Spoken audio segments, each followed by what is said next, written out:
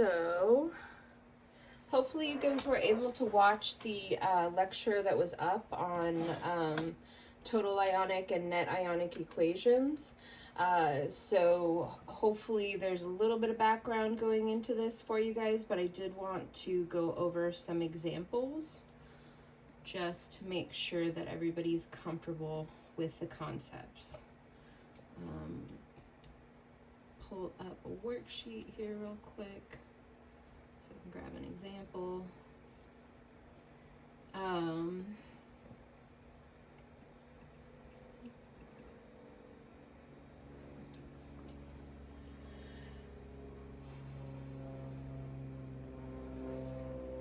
Okay. So let's do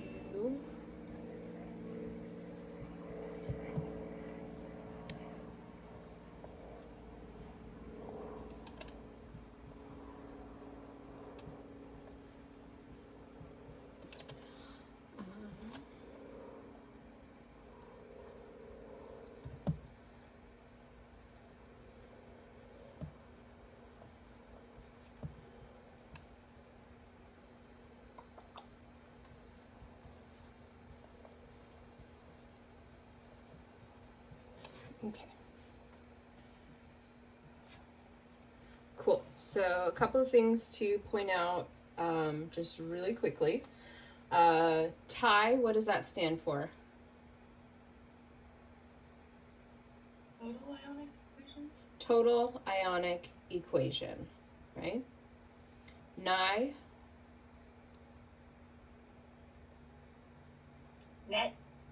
Net ionic equation, exactly, right? So we started off talking in the chapter about solutions, we started talking about solutions. We talked about the solution process. We talked about what governs solutions, so things like solubility, conductivity, and then measures of concentration, right? We talked about how to calculate concentrations for a particular solution. And then the last part of chapter 9 is getting into reactions with solutions, right? So here we're talking about having two solutions that are put together and what happens when those two solutions are put together, right? So there's three possible outcomes.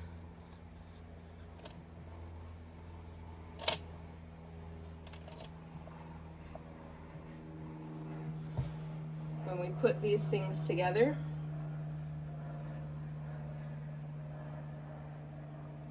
Three possible outcomes?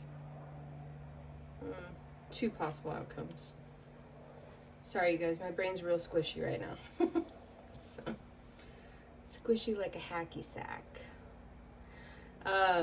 So, two possible outcomes. So, what we have when we put a solution with another solution, right, is we can either form all aqueous products,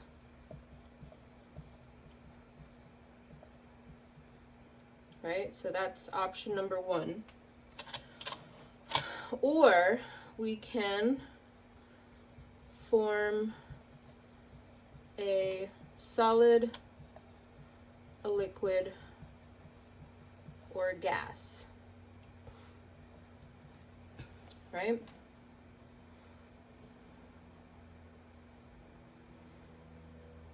So if all of the products that we form are aqueous, right, then that means that they are basically all just ions hanging around, okay? If it's nothing but ions in solution, basically nothing happened, right? All of those ions still have the potential to react with stuff if we were to add another solution, right? But in the current state, they're just hanging out, floating around, right? If we form a solid, a liquid, or a gas, right? Now that's a different story. If we form a solid, what does that look like? So remember, a solution is a homogeneous mixture. So what does a solution look like?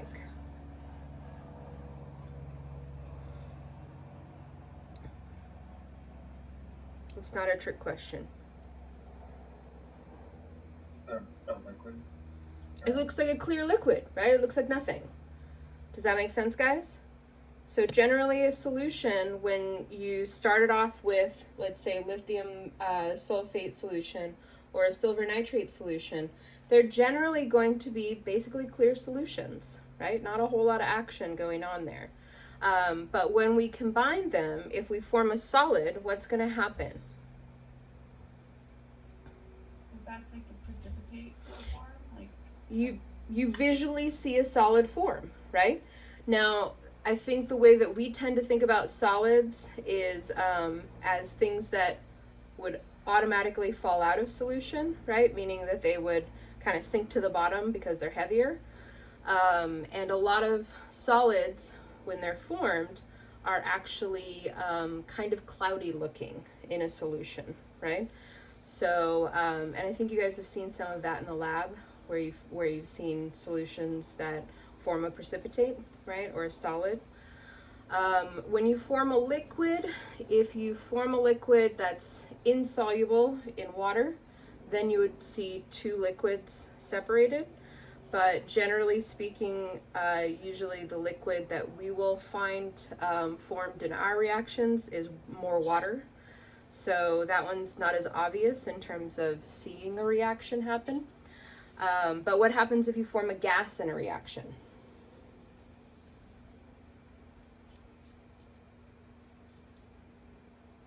They bubble up? Yeah, it bubbles out, right? So again, the point being that when we form a solid, a liquid, or a gas, we have changed the chemical structure of the components that we started off with, right? Does that make sense, guys? So when this happens, we say there's a reaction, right? This guy, no reaction. Okay? Everybody comfortable with that?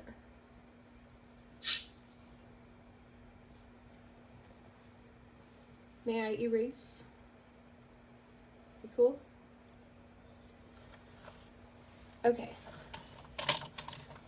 So, when we're talking about solutions, we're usually talking about double displacement reactions, right? So we're talking about reactions where we have two ionic guys and they're both switching partners, right? There's no redox component happening here, right? Double D's are always just changing partners. Everybody still all right with me on that?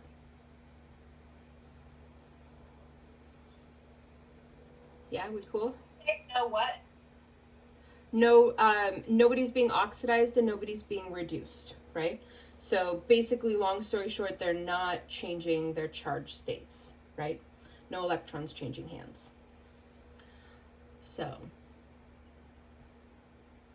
you can have solutions that are in redox reactions, right? So you can have mixed type reactions, but when we're talking about Ti and Ni, we're only talking about double D's, okay? So Ti and Ni are always double D.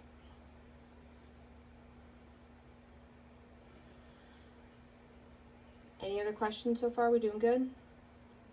Stress. Okay, los tres problemas. Okay, so we want to talk about how to go from these reactants to the products, right? I think I probably won't give you anything on a test or a quiz where I'm asking you to predict the products, because that's pretty difficult. But I think it's helpful in terms of just remembering how this process works to go over that process, right? So again, you won't see this on an exam or a quiz. You won't have to do this, but I think it's helpful just as an exercise. So we have lithium sulfate. What is our cation?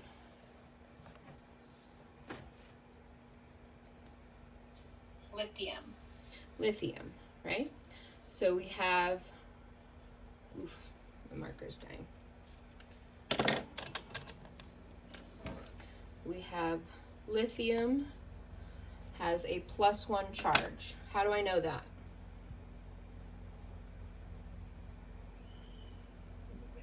Because that's what sulfate has, a -1 charge, so you need a 1 to balance it. And it's in row 1. It's in group 1. We have 2 lithiums.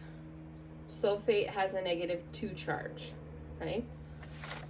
But again, lithium is a group 1 metal, so it's always going to form a +1 charge.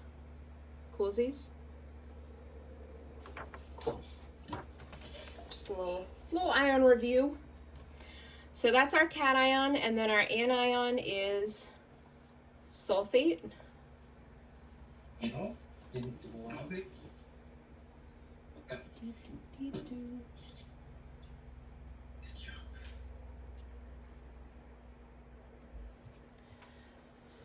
And again, that's polyatomic ion that hopefully you guys know and you've memorized and you understand. Coolsies. What is the cation for silver nitrate?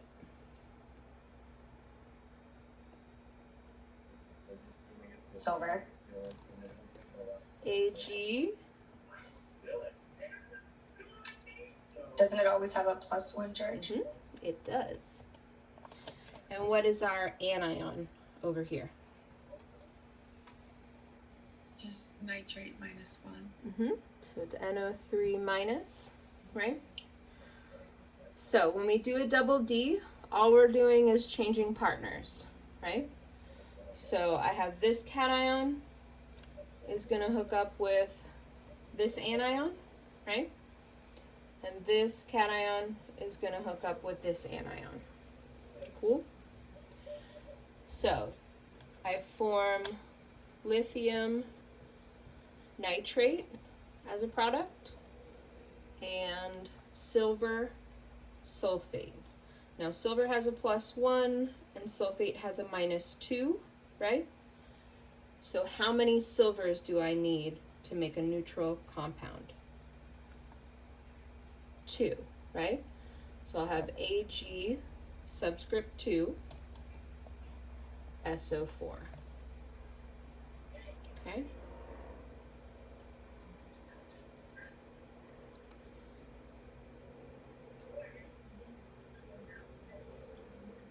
Everybody comfortable with that? Cool. So, just want to talk briefly about solubility. Solubility. And say that solubility is a complicated thing, but there's 2 basic rules of solubility that I want you guys to know. Things that will always be soluble .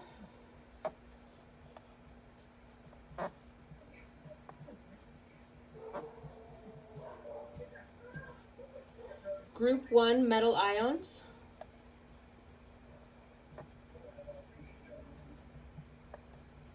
So anytime you see a group 1 metal ion in a compound, that compound is soluble, for sure, okay? Soluble meaning aqueous, right? So of our products that we formed here, which one do we know for sure is going to be aqueous based on that rule? Lithium.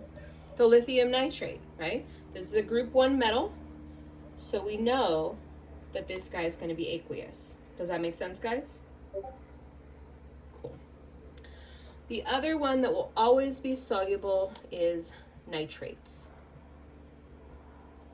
Okay? There are a lot of other things that are usually soluble, but I don't like things like usually because those are clearly things that have exceptions and then they lead to confusion.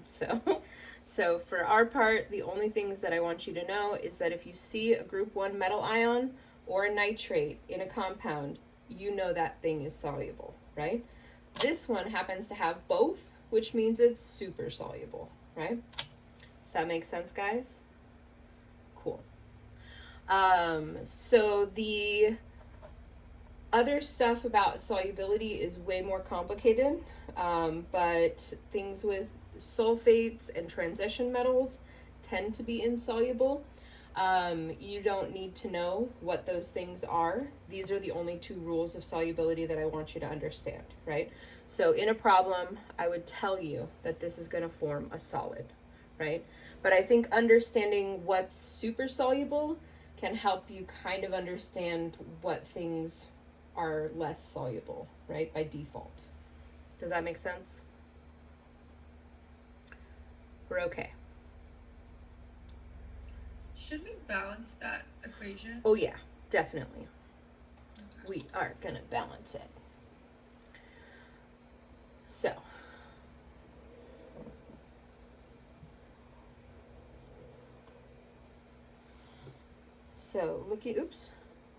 oops. So looking up to the first line, right? How many lithiums do we have on the reactant side?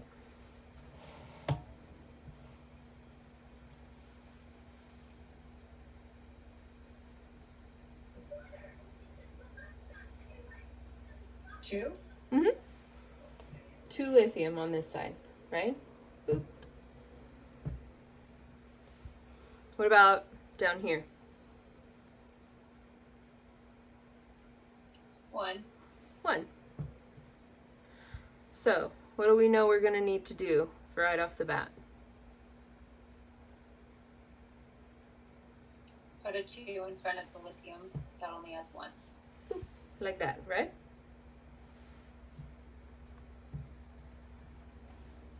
Everybody all right with me?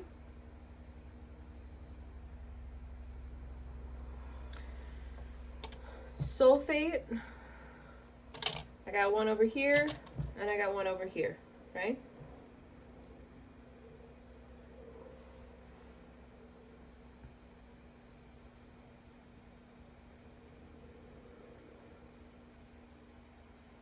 How about silver?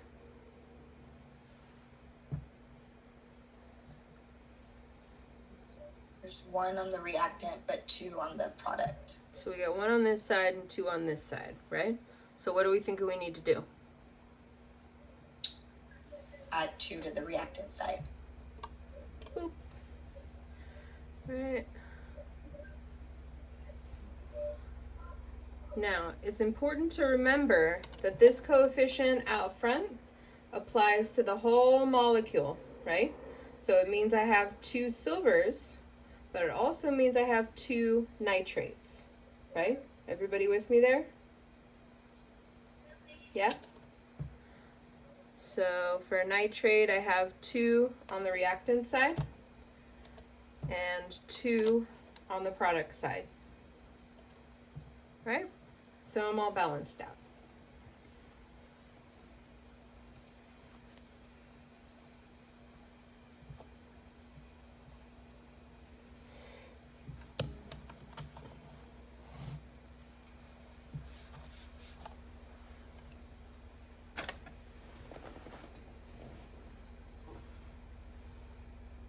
Is everybody comfortable with that?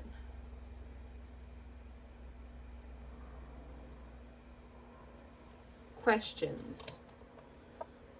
I'm going to rewrite this up here so that I have more room below.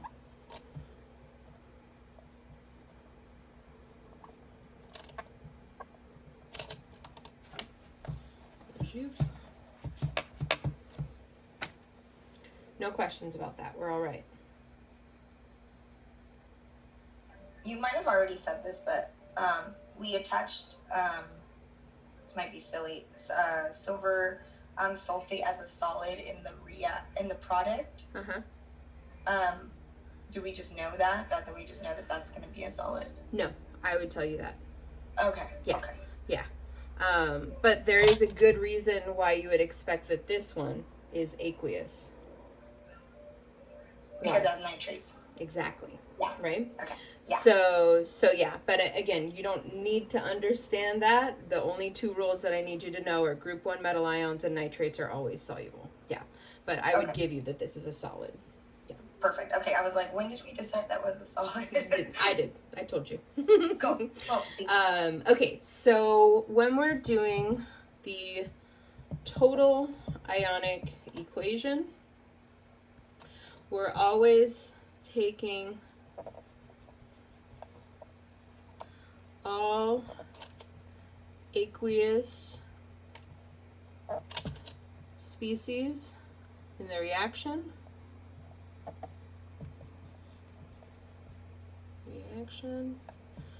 And breaking them into ions. Okay? So why do we do this besides punishing you? The reason is because that's how these ions actually exist in solution, right? So when we put lithium sulfate and silver nitrate solutions into containers, right? They don't exist as solid lithium sulfate and solid silver nitrate and then some water, right? They exist as ions. So we're trying to get a more realistic picture of what's actually happening here, right? What the action is. Does that make sense? Everybody with me? Kind of, sort of? Cool. So we first want to do the reactant side. So if I break up everything that's aqueous, right, then both of the reactants are going to break apart, right? Everybody okay with me there? So what ions will be formed from the reactants?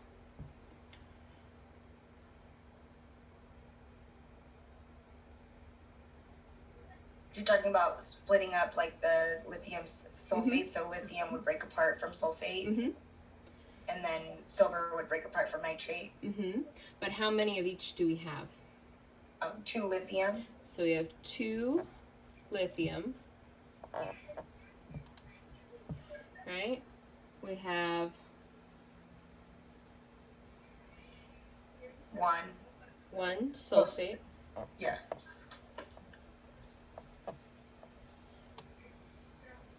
This is a Q, by the way, if you guys haven't figured out my horrible little Q.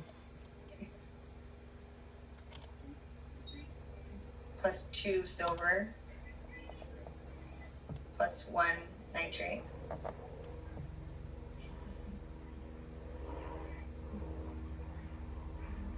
Oh, 2. No, 6. Remember, the nitrate is a polyatomic ion that stays together, right? That's right, yeah. So we're saying there are 2 nitrate ions, right?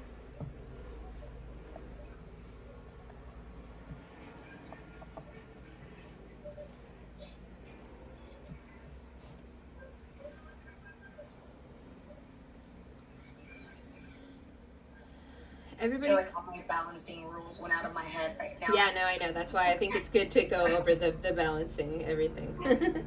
Sticking things together. Oh.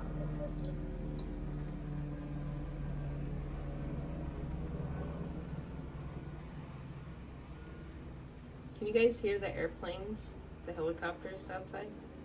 No? Okay, good. Cool. I'm like the type of crazy person that I really like. My husband's like least favorite thing. He puts on the heater, and then I'm in here in the bedroom, and I open up the window because I love feeling like the warm house with a cold breeze. I'm totally the same way. If it were up to me, I would sleep with the windows open, but he hates the windows open, so we can see. I just sleep with 0 blankets. Cool. So that gets us the reactant side, right? And now for the product side, what do we have?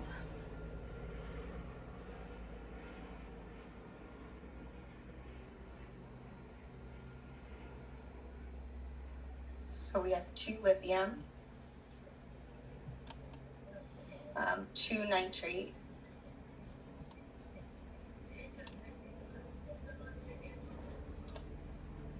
2 silver, and 1 sulfate.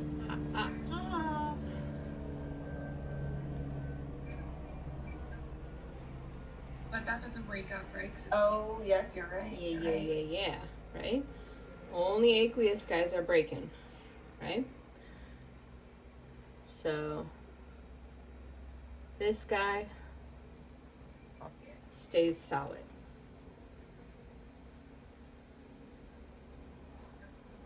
Right? Now, just as a little bit of foreshadowing for chapter 10, and to really piss you guys off, we're saying all aqueous species break down, but that's not actually true. There are one major exception that we'll talk about in the acid and base chapter, but we're not going to talk about it right now. So for now, everything that's aqueous breaks apart, okay?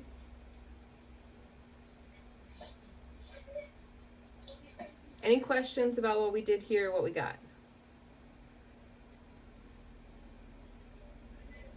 Rock and roll. So, going into the NIE, or the net ionic equation, right? We want to cancel all ions that are on both sides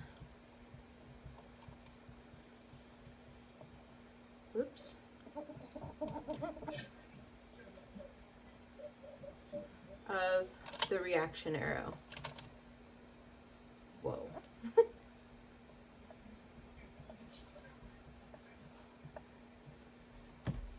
Okay. Anybody know what we call these ions that are on both sides of the reaction arrow? Spectators? Spectators.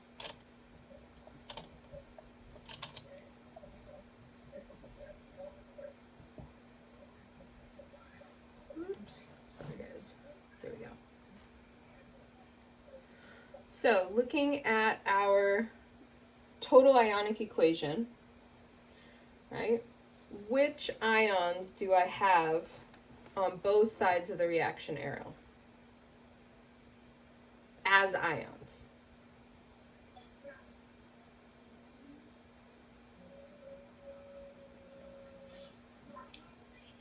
Lithium and nitrate. Yep. I have lithium up here, and I have lithium down here, right? So I can cancel these guys out. I have nitrate here, nitrate here, so I can cancel these guys out. Will you ever give us like a problem where on an exam like they don't cancel out for some reason? You mean that nothing cancels? Like it doesn't. Or do you mean like there's unequal numbers? Yeah. So, can there be unequal numbers of ions on one side of the reaction arrow and the other? That doesn't really happen, right? Why can't it happen? Well, because you have to balance it out first. Exactly. We balance the reaction from the gate, right? So if you ever find yourself in a situation where you have a tie that doesn't have things cancel out equally, right? So maybe you had 1 lithium up here and 2 lithiums down here, then that means you did something wrong, right? Because in order to have this equation up top here, right, it has to be balanced, because law of conservation of mass, and we're not alchemists, right? We're not wizards. We're not making something out of nothing. Everything that we start with, we also have to end with. That's what you think.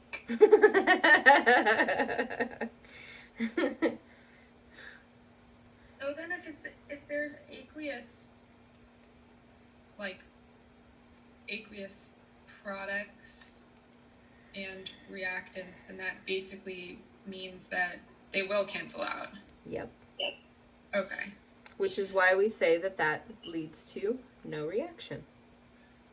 I see. So this is just sort of a way to go about solving the problem that like proves to us what's happening. It's just Exactly. what's happening. Exactly. And we'll talk about an example of when that happens, right? So we'll go through a problem like that. Okay. Everybody comfortable with what we just did here? So now the next step would be to rewrite the net ionic equation. Can I erase this little line here so I can rewrite the net? I'm going to do it. So now that we've canceled our spectators, we can write the net ionic equation, which is just the leftovers, right? So it'll be sulfate ion, 2 silver ions, and silver sulfate solid.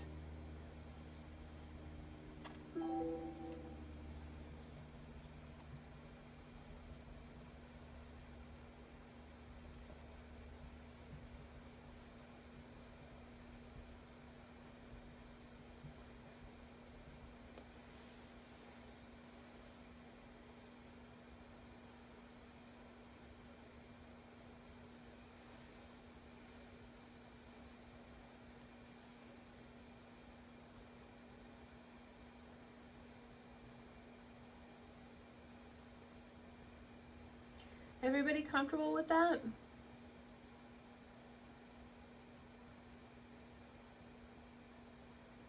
Questions? We're okay.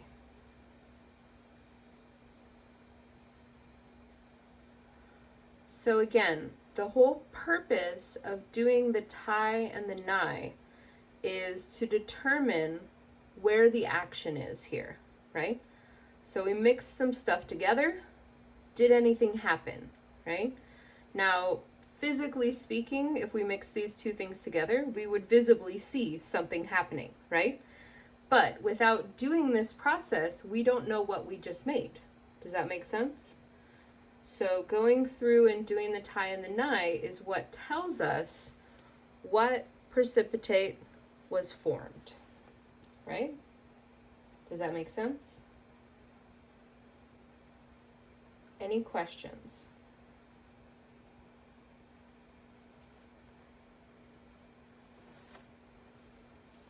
May I erase? Go ahead, Brenda. Question on the NIE part. So when we went in and canceled out all the ions that are on both sides, AKA the spectator Mhm. ions. Yep. That lets us know that there's actually something that did happen. Yes, if we had canceled everything, right? Then there's basically no reaction, and we're going to do an example of that right now, right? But because we had leftovers, right? We had leftovers. The leftovers are the reaction, right?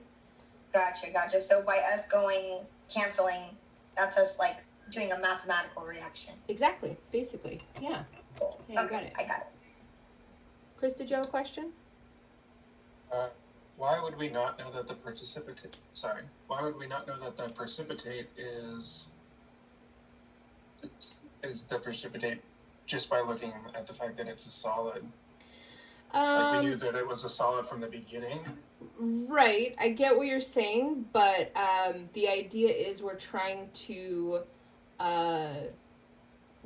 clear out the extraneous parts of what's going on there. Does that make sense? So No, it does. So Yeah. it's more of a simplification than anything, right? Yeah. Yeah. So I guess it's not giving us new information, but it's giving us easier to understand information, if that makes sense. Okay. Yeah. Cool. Any other questions about this? Cool. So let's look at an example where we have no reaction. Is it okay if I erase? We good?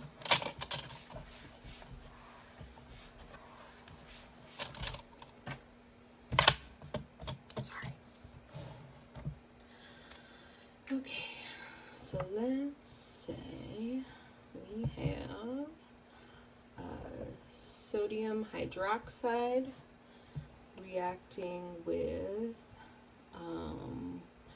potassium nitrate.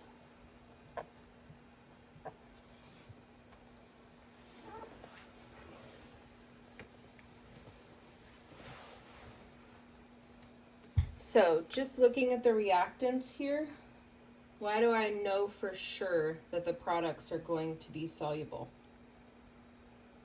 They're both aqueous. That's true, but I'm thinking in terms of solubility rules. Nitrate. And group 1. Yeah, so we've got a group 1 metal in each one of these, right? Which means that our products are still going to have group 1 metals in both of them, right? Does that make sense? They're going to switch partners, but there's still going to be group 1 metals in each one of the products. Does that make sense? So we will have sodium nitrate formed. Sodium hooks up with nitrate. And potassium hydroxide.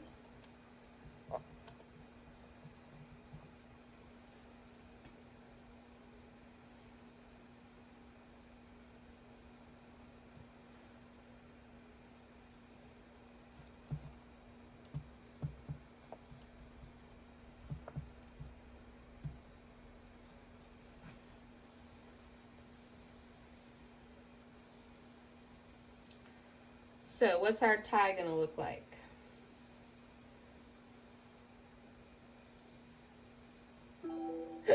Excuse me. Be Na plus nitrate. Sorry, I'm doing the reactants first. Plus potassium plus hydroxide. I was doing the top first. Sorry. Oh, I'm sorry. No worries. It's okay. Hmm? And then, yes, have these guy. And these guy.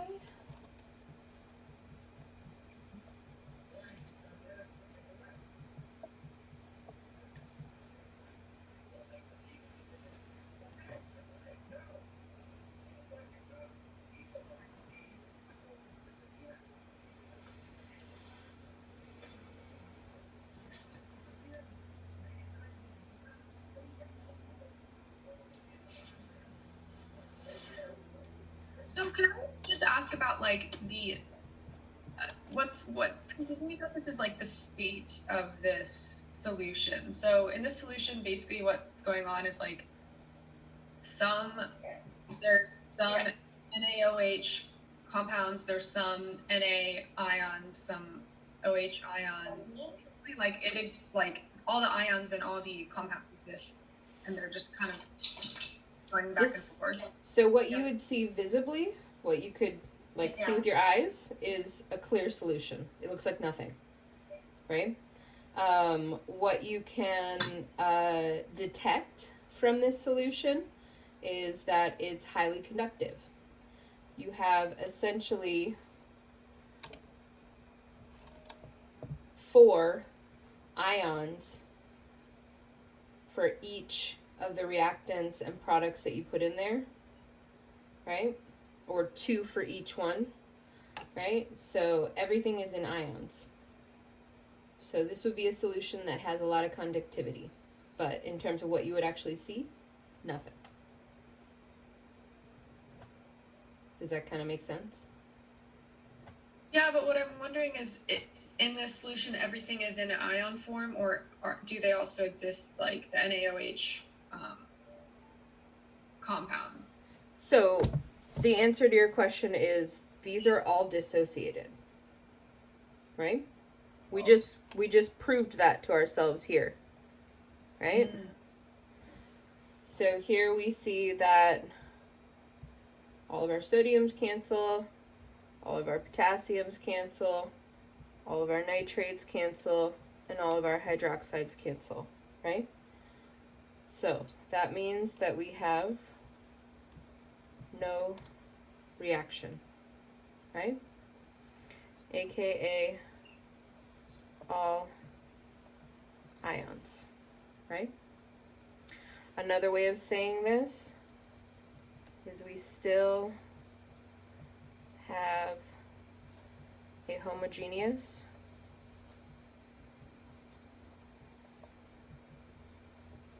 solution.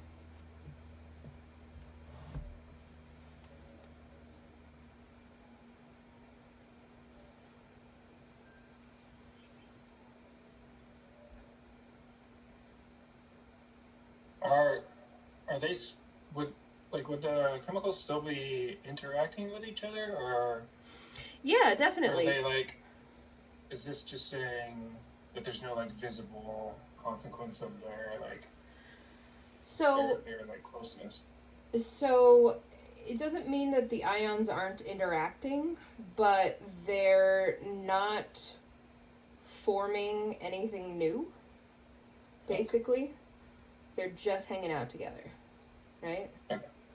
So I guess you could kind of think of this as being like a party where everybody comes in pairs and then is separated and nothing happens after that. It's really anticlimactic. I know. It's like the opposite of exciting, right? That's kind of the point here, is understanding that putting stuff together doesn't always mean that something's going to happen, right? So just because you put two things together doesn't mean that you're going to get a reaction, right? And that's kind of important, right? That's kind of a good thing, because if all of the ions that existed were able to form solids, liquids, or gases in every single reaction, then we wouldn't have salty water, right? We wouldn't have an ocean. We wouldn't have cells. We wouldn't have all of these places where ions being ions is so important, right? So having, while it does seem anticlimactic to have something like this, it's actually super important in terms of living systems, right? Because the amount and type of ions that are present in biological systems determine everything about their functionality, right? So it does seem like an unexciting part of the story, but it's actually integral, right? Does that help a little bit? Yeah. Cool. So are we also saying that in the previous example, because there is a reaction, that's heterogeneous? That's exactly true. Yeah. Mm-hmm. Okay. So we started off with two homogeneous solutions, and we formed a heterogeneous solution. Now, again, that doesn't always have to be the case, the main exception being liquids formed, right? Let me show you one example of a liquid being formed, which is going to be kind of a foreshadowing for next chapter. Okay. May I erase? Yeah. Cool.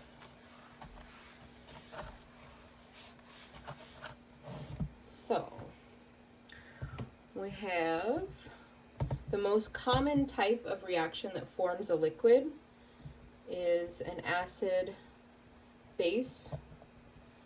reaction.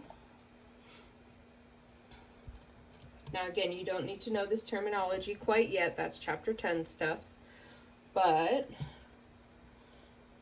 we have hydroxide is a type of base, and anything with an H out front is going to be an acid. So the H and the OH, right, are our acid and base, respectively, right? Again, that terminology will come up again in the chapter 10 videos. Don't dwell on it too much for now. But if we just treat this as a regular old double D, right? What are the products that we're going to form here?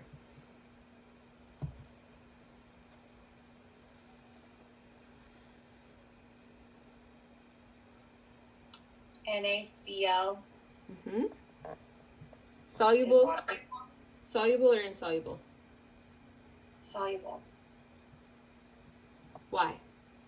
because it's a group 1 metal. Exactly. Group 1 metal, soluble, right? And then what was the other product? Water. So HOH, right? AKA H2O, right? Which is a liquid.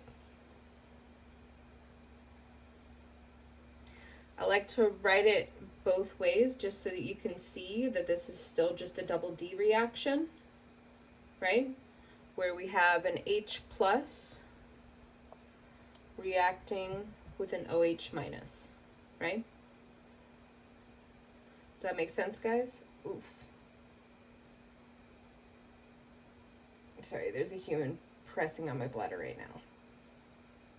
It's pretty cool. Does that make sense, guys? Let me erase that. Oh, jeez. Managed to make it all morning without any Braxton Hicks contractions. Not anymore.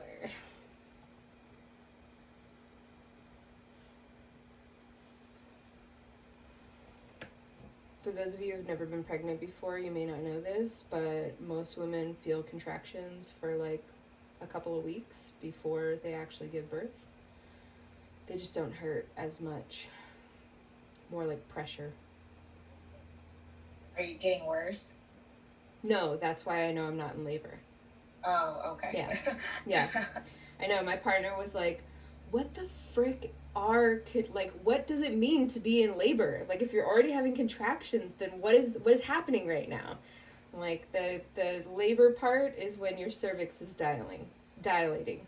So basically your cervix is opening up to let the baby out. Mine's not doing that right now, but I still have contractions all the time, so it's cool. Just beating you up before the... Yeah, totally. So, anywho, okay, so when we do our tie and NIE here, right, I'm going to do this kind of quick and dirty style. So our tie, again, we have all of the aqueous components are going to break down into ions. So we'll have sodium hydroxide, our acid, our chloride ions, sodium ion, chloride ion, and water as a liquid does not break down, right?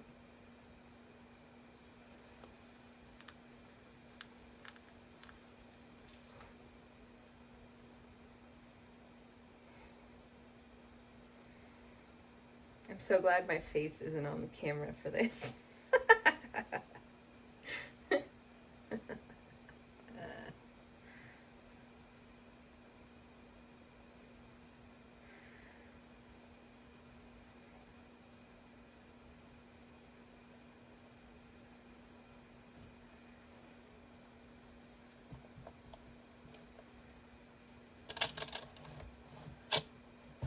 So what do we got going for our NIE?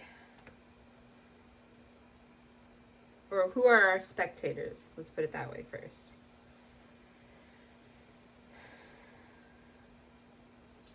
Sodium, Get out of here, sodium. chloride, Get out of here, chloride. chloride. Chloride. And that's it. Mm-hmm. So what's our NIE? OH minus AQ plus H plus AQ, and then the product water liquid. Blammo. Right?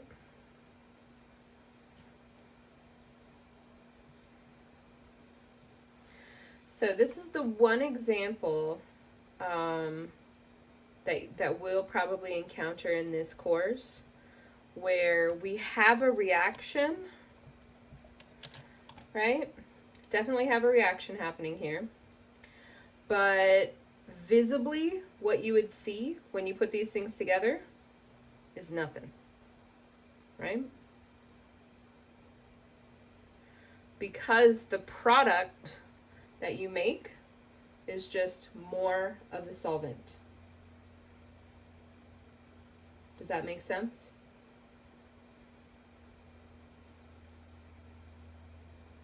Kind of, sort of? So what kind of evidence would tell us that a reaction had taken place?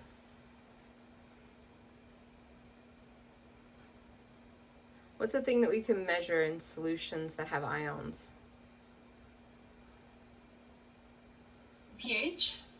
pH is true. That's definitely one that we could measure. But I'm thinking, because we haven't talked about pH yet. Is it the concentration? The concentration via the conductivity, right? That would be the easiest thing to measure. So if we started off with these two solutions separately, right? They would both be very conductive, right? When we put them together, we would expect that they would be about half as conductive, right? Does that make sense? Kind of, sort of? I know, this is a weird concept, yeah. So visibly, this isn't a lot of action happening, but conductivity-wise, it is, right? So we have half of the ions in solution when we combine these two solutions, right? And that may sound kind of trivial to you guys right now, but when we get into the acids and bases, the vast majority of living systems are really predicated by acid-base reactions. So it's a big part of biological systems, thinking of things like nucleic acids, amino acids, right? A lot of these biological molecules that have acids in the name, that's a key to understanding their functionality, right? So doesn't seem like a big deal, but it is. So this would be a decrease in conductivity? Correct.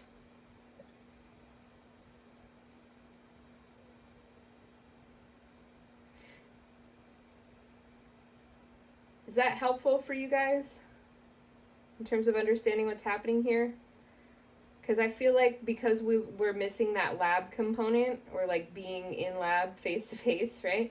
You don't get to like see the little bit of evidence that we have for knowing that something like this is happening, right?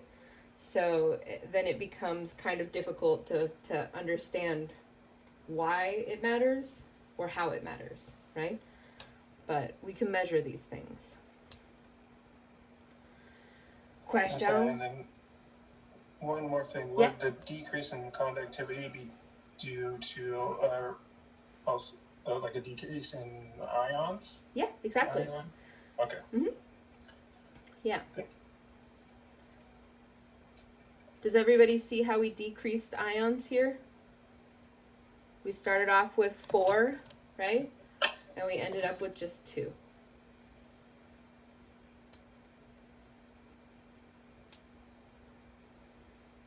Other questions? We're okay. May I erase? Yeah? Cool.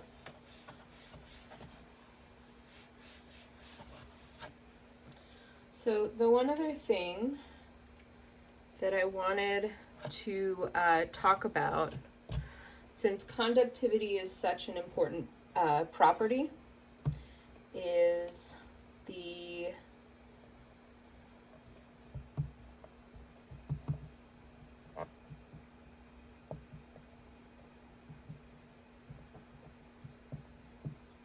some of the names of stuff that we have around this this idea of conductivity. So conductivity is basically ions in solution that are able to carry charge.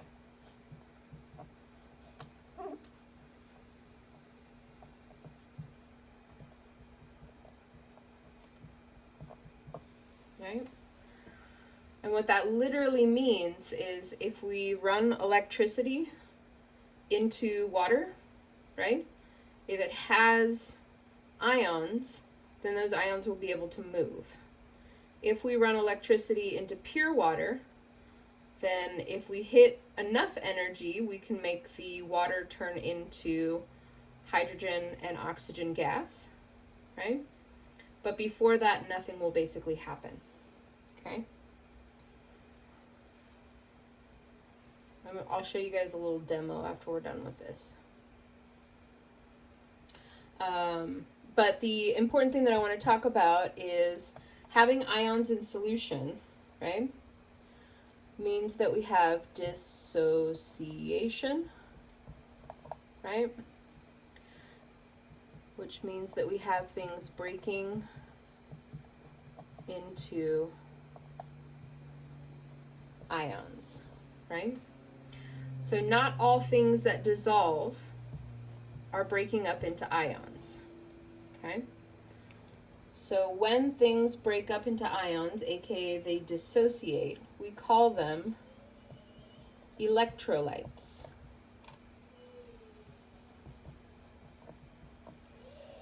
So once the ions are dissolved, we call them electrolytes,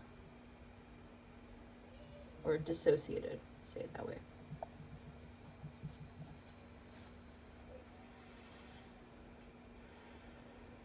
So you guys are familiar with this term, electrolytes.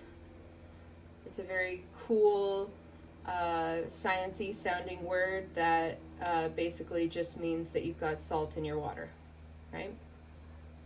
Yep.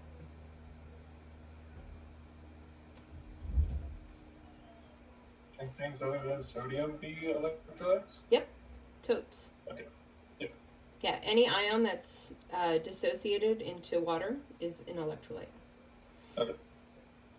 So we have two different flavors of electrolytes. We have strong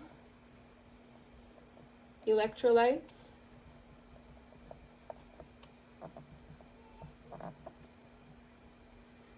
which 100% dissociate, right? So what do I mean by 100% dissociate?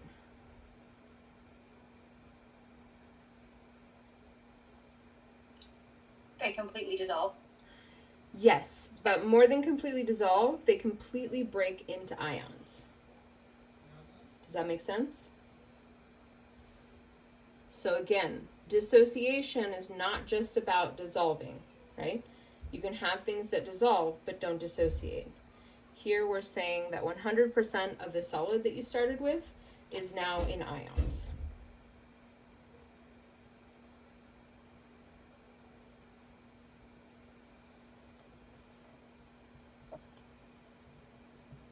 So the other type is called a weak electrolyte. Ooh.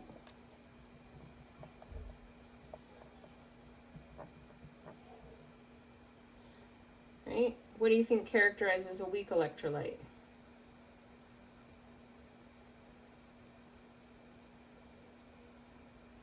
It doesn't 100% dissociate? Exactly, right? It only partially dissociates.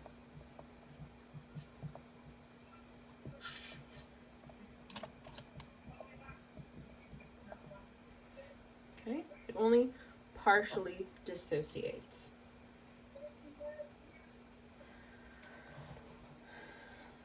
And then there's one last category, which is called a non-electrolyte.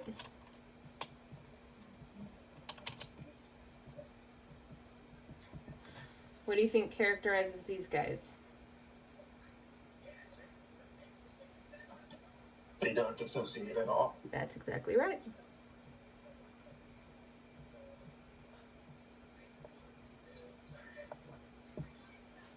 right? So, just to give you some examples of each one of these. So, we said that there's two things that will always be soluble, right? What are those two things? Group 1 metals and nitrates. Exactly, right? Anything that has those would be a strong electrolyte.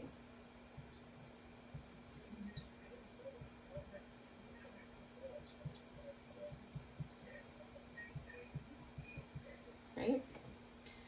It would be a strong electrolyte because group 1 metals, metal ions, and nitrates are extremely soluble, right? They're really good at breaking up with their partners. Cool.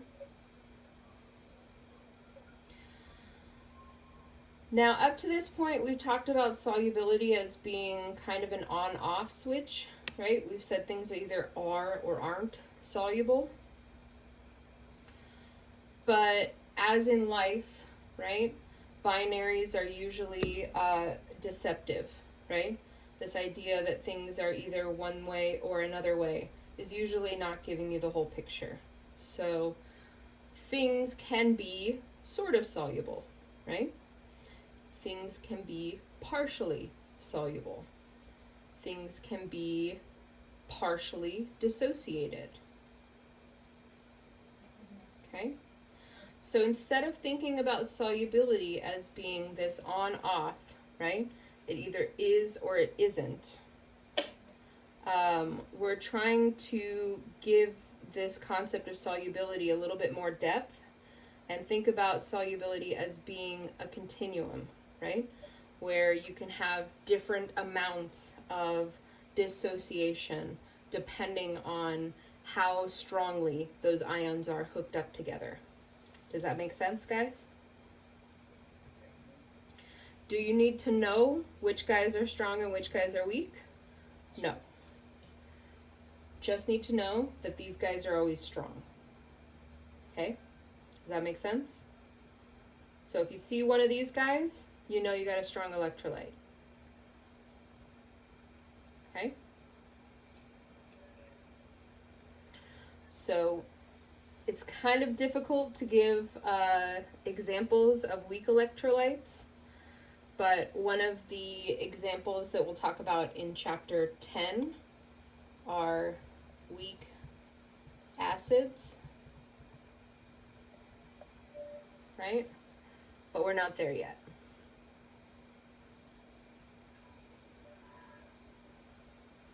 As far as a non-electrolyte, something that's able to form a homogeneous solution, aka dissolve, but not dissociate. Anyone think of an example of that? Is it sugar? Mm-hmm. Or glucose? Sugar, glucose, right?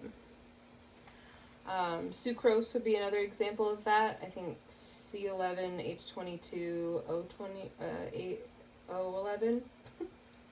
Sorry, guys. There's different types of sugars, by the way. But sugar is an example of something that's able to dissolve, but does not form ions, right? And again, the evidence for understanding which one of these we have, right? Am I breaking up here, you guys? A little bit? Sorry. Yeah, you froze there for a second. Could you say that over again? Yeah, so the evidence that we have for whether or not we have a strong, a weak, or a non-electrolyte is conductivity, right? So we're able to measure conductivity by how well charges are able to move through a solution, right? That sounds really fancy, but it could literally be something as simple as having a solution. This is my beautiful beaker, right? And putting 2 electrodes into it that are attached to, oh my God, you guys, I can do better.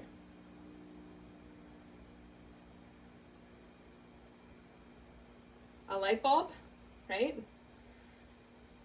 And seeing how bright that light bulb gets.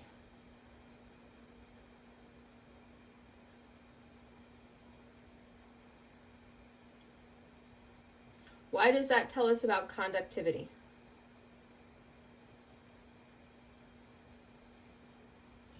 If this light bulb goes on when I put these two leads into solution, what does that mean?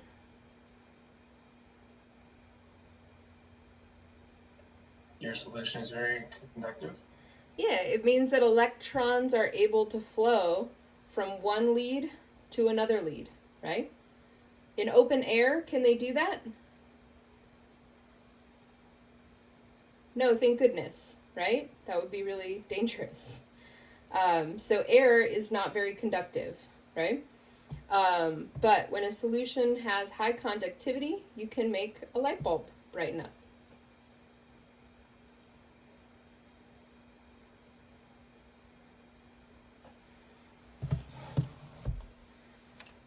So in terms of an example that we could use to differentiate between strong electrolytes, weak electrolytes, and non-electrolytes, if we had the same apparatus, the same light bulb, right, and we stuck the leads into each one of these solutions, right, first one would be very bright. The second one would be dimmer, probably considerably dimmer, and the last one wouldn't light up at all.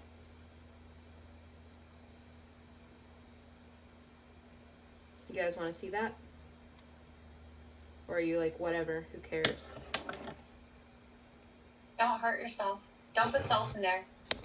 I'm not going to do it myself.